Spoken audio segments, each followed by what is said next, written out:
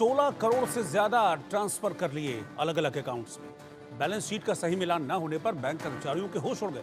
IT manager ने cyber crime थाने में FIR दर्ज कराई। जांच हुई तो पता चला कि ठगों ने बैंक के रियल टाइम ग्रांट्स सेटलमेंट यानी कि आरटीजीएस चैनल को हैक कर लिया था। बैंक से 5 दिनों में 1-2 बार नहीं बल्कि 84 बार 84 टाइम्स ट्रांजैक्शन किया गया, लेकिन कर्मचारियों को इसकी भनक तक नहीं लगी। अब बैंक फ्रॉड खातों को सीज करने की तैयारी में है। दरअसल नोएडा के सेक्टर 62 के नैनीताल बैंक में 17 जून को आरटीजीएस खाते के बैलेंस शीट में 3,60,94,020 रुपए का डिफरेंस मिला था।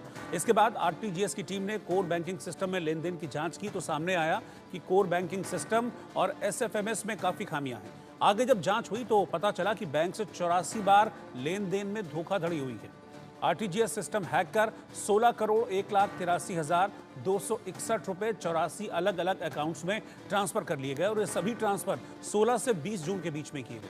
ये भी सामने आया है कि आरटीजीएस सेटलमेंट से पैसे निकालकर कई खातों में जमा किए गए और जैसे ही पता चला इस 16 करोड़ की धोखाधड़ी का, बैंक के अधिकारियों के हाथ पांव फूल गए।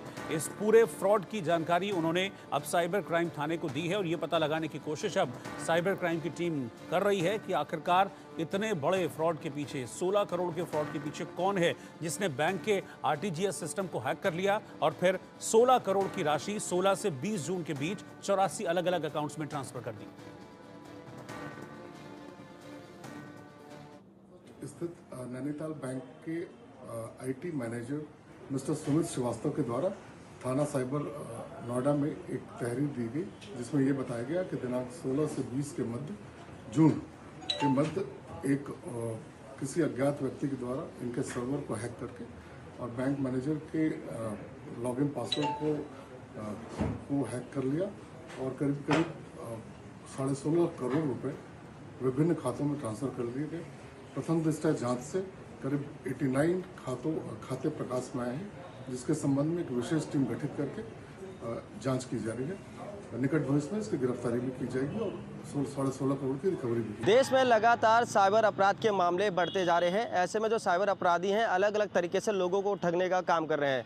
दरअसल नोएडा के सेक्टर 62 नैनीताल बैंक में 16 करोड़ का जो एक मामला सामने आया है। नैनीताल बैंक की तरफ से शिकायत दी गई है कि उनका जो बैंक उसको हैक करके 16 करोड़ की निकासी की गई है अलग अलग खातों में।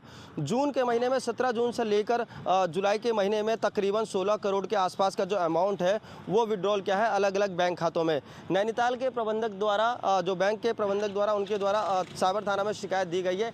यही वो बैंक है, इसी बैंक में चौथे जो फ्लोर में नैनीताल बैंक है। बड़ी हैरानी की बात है कि कैसे कोई बैंक का जो सर्वर है वो हैक करके 16 करोड़ का जो अमाउंट है वो विड्रॉल कर लेता है अपने अलग अलग बैंक खाते में। इससे पहले भी कई ऐसे वारदात सामने आई है जहां साइबर जो अपराधी होते हैं तरह तरह के कहीं ना कहीं टेक्निक का इस्तेमाल करते हैं, टेक्नोलॉजी का इस्तेमाल करके ऐसे वारदात को अंजाम देते हैं। इससे पहले भी जो साइबर अपराधी है डिजिटल अरेस्ट कर लोगों से पैसा ठगते हैं या ये कह सकते हैं कि ओटीपी के माध्यम से आपसे जो आपका बैंक खाता है उसमें से सारे पैसे कहीं ना कहीं निकाल लेते हैं।